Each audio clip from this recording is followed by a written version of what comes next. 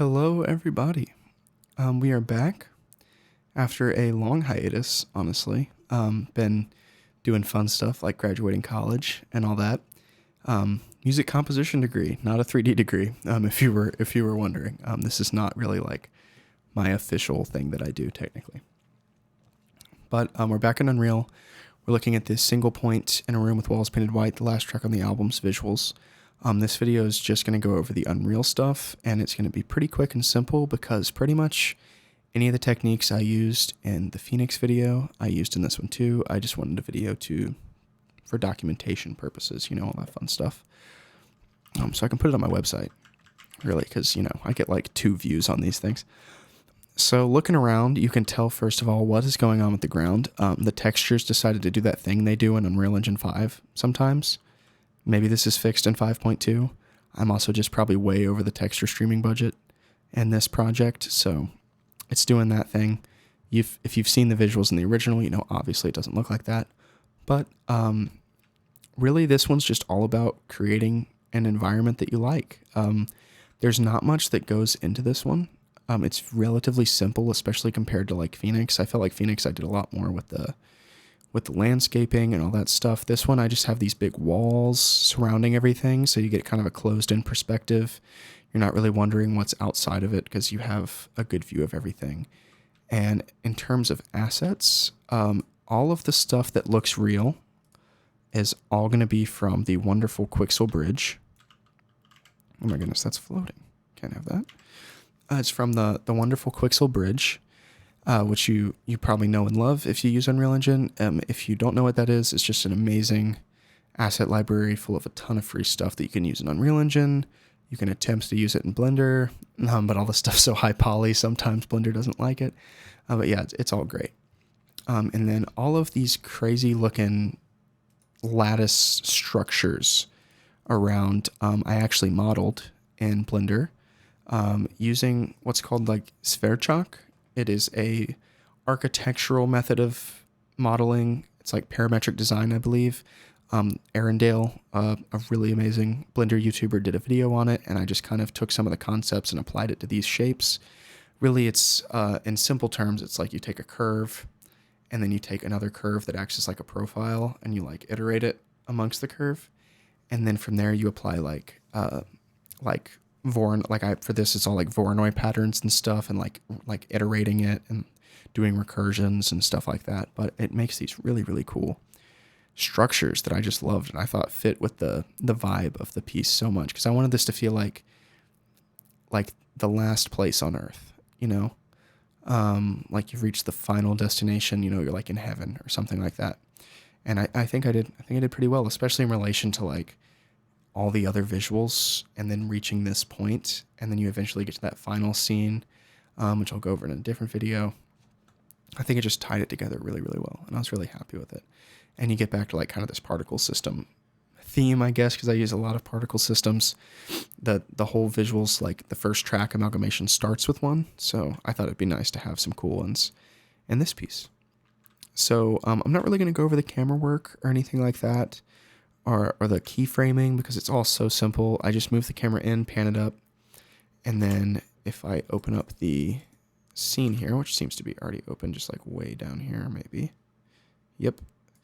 If I just go, all it does is just move these big structures up into the sky, and then we look at it like this, get a look at the beautiful sky texture, and then also, even though apparently it's not really doing it, the sky does change color, and like it shows like a day and night cycle, because I wanted it to feel like you were here for like a really, really long time, because the piece is long.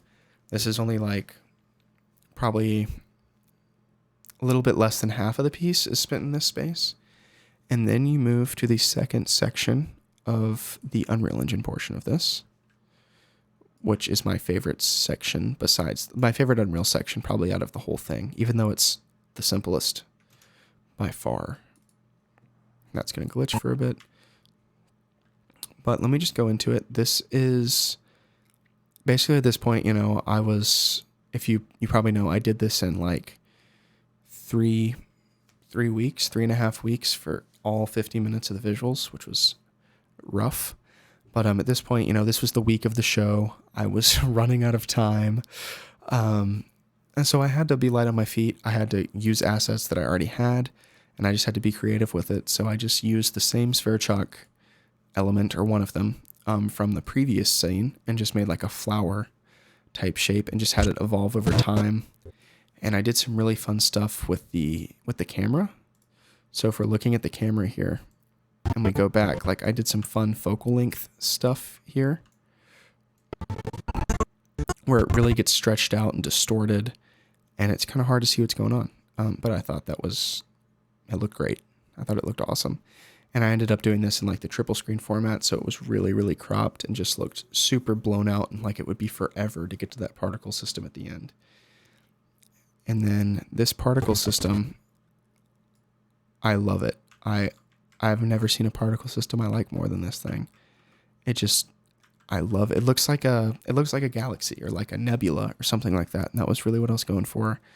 I won't get into the particle system, like the actual Niagara object, but really what this is if you take the first video, or if you watch that tutorial I linked about making one of these, you take that and then you just have to massage the curl noises and the turbulence and then the drag.